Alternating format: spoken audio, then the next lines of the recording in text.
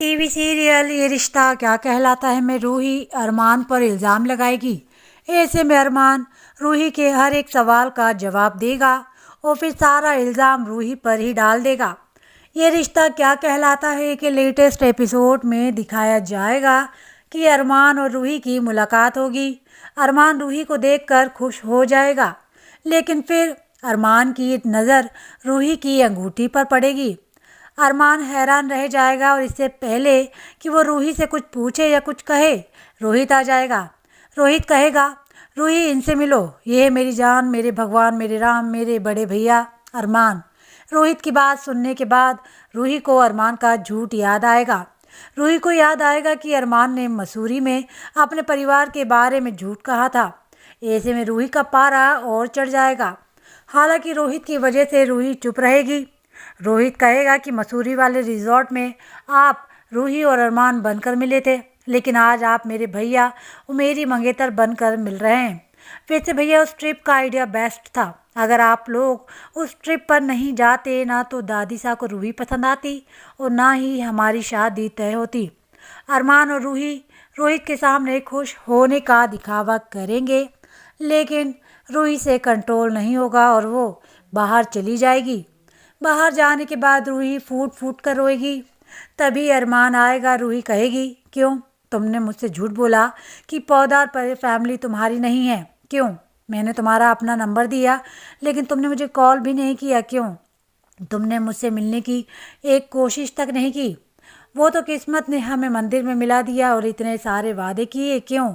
तुमने मुझे डेट पर बुलाया, लेकिन तुम नहीं आए। मैं इंतज़ार करती रह गई, लेकिन तुम नहीं आए। क्यों?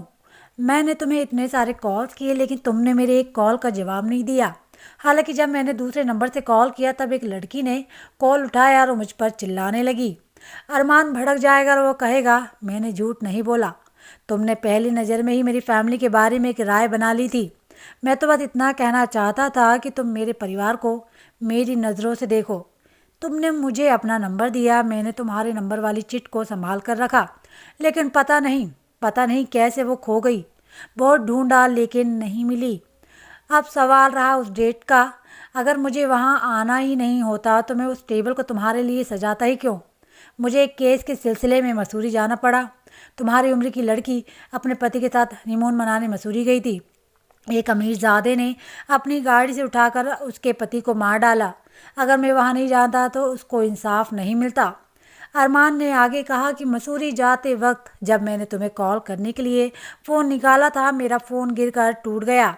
फिर मैंने मसूरी जाकर नया फ़ोन लिया, नए नंबर के साथ चालू होने का इंतज़ार किया। मैंने तुम्हें फ़ोन किया, लेकिन तुमने कॉल नहीं उठाया।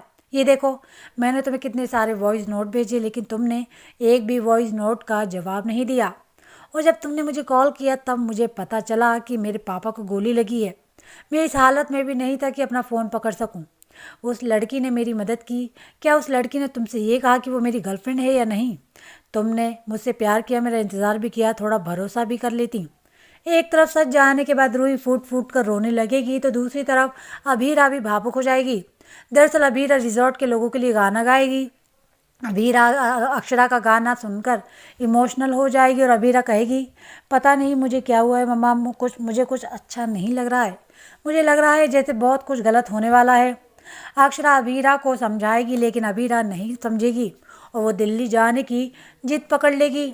ऐसे में अक्षरा को अभीरा की बात माननी पड़ जाएगी।